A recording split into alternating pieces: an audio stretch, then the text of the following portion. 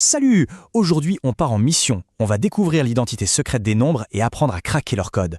C'est une compétence super importante, non seulement parce que c'est fascinant, mais surtout parce que ça va vraiment vous aider à cartonner au brevet.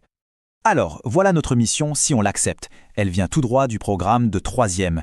L'objectif est simple en apparence, apprendre à reconnaître ce qu'est un nombre premier et savoir décomposer n'importe quel nombre entier en un produit de ces fameux facteurs premiers. Ça a l'air un peu technique dit comme ça? Pas de panique, on va décortiquer ça ensemble, étape par étape. C'est une super bonne question. On est en droit de se demander à quoi ça rime de casser les nombres en petits bouts. Ça peut paraître un peu abstrait, c'est vrai, mais vous allez voir que c'est une des idées les plus puissantes en maths, avec des applications bien plus concrètes qu'on l'imagine. Pour faire simple, cette idée est carrément au cœur de la sécurité de votre téléphone. Oui, c'est grâce au nombre premier que vos messages restent privés. C'est ce qu'on appelle la cryptographie. Et plus près de nous, pour ce qui nous intéresse, c'est un outil génial pour simplifier des calculs compliqués et donc pour gagner des points au brevet. Ok, comme tout bon détective, on a besoin d'une boîte à outils bien remplie. La nôtre, elle commence par la base de la base, bien comprendre ce que sont la division et les diviseurs. On commence avec un mot qui fait un peu peur, la division euclidienne. En réalité, c'est juste la division que vous connaissez depuis l'école primaire, mais en version un peu plus formelle. Quand on divise un nombre qu'on appelle le dividende par un autre, le diviseur, on obtient un quotient et un reste. En langage mathématique, ça s'écrit comme ça. A égale BQ plus R.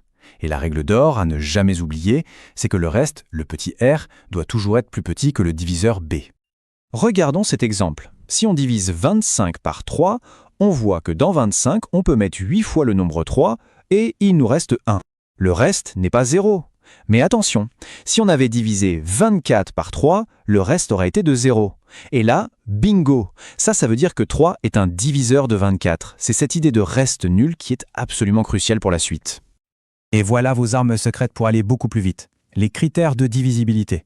Je vous conseille de mettre la vidéo en pause une petite seconde et de bien les relire. Les connaître par cœur, c'est un gain de temps phénoménal le jour de l'épreuve. Allez, passons maintenant à nos suspects principaux. Dans le grand monde des nombres, certains sont un peu comme des agents secrets, ce sont les nombres premiers. Voilà la carte d'identité officielle d'un nombre premier. C'est très strict. Il doit être plus grand que 1 et il doit avoir exactement 2 diviseurs. Pas un de moins, pas un de plus, juste 1 et lui-même. Cet exemple montre parfaitement la différence. Le nombre 7, c'est comme un bloc indestructible.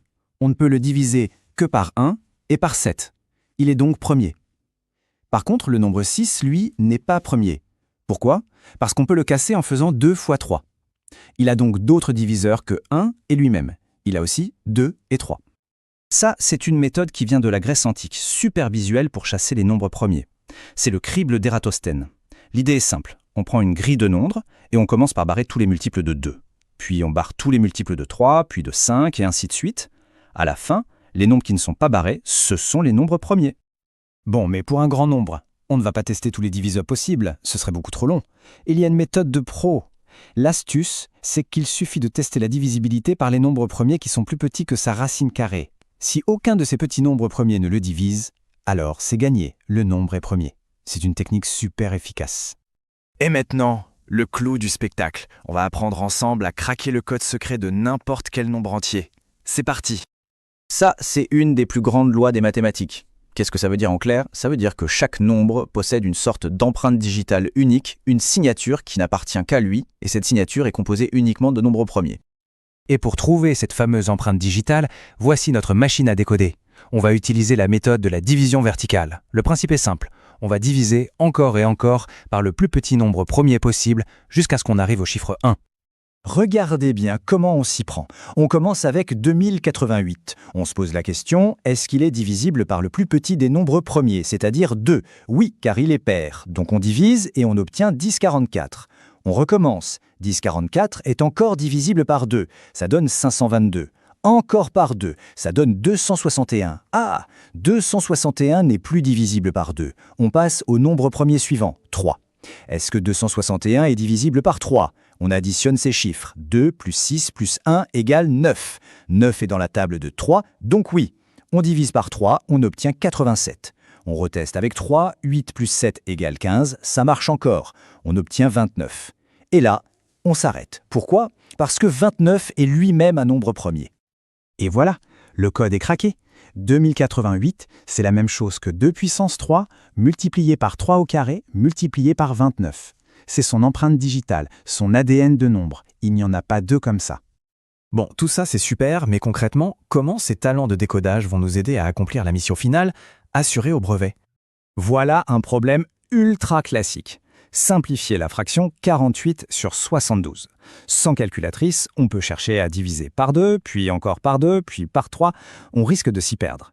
Mais avec notre nouvelle compétence, ça devient un jeu d'enfant. Et c'est là que la méthode est magique. D'abord, on décompose 48 en facteurs premiers. On trouve 2 puissance 4 fois 3. On fait la même chose pour 72, on trouve 2 au cuple fois 3 au carré. Ensuite, on réécrit notre fraction avec ses décompositions. Et là, c'est génial. On peut barrer les facteurs qu'on a en commun en haut et en bas.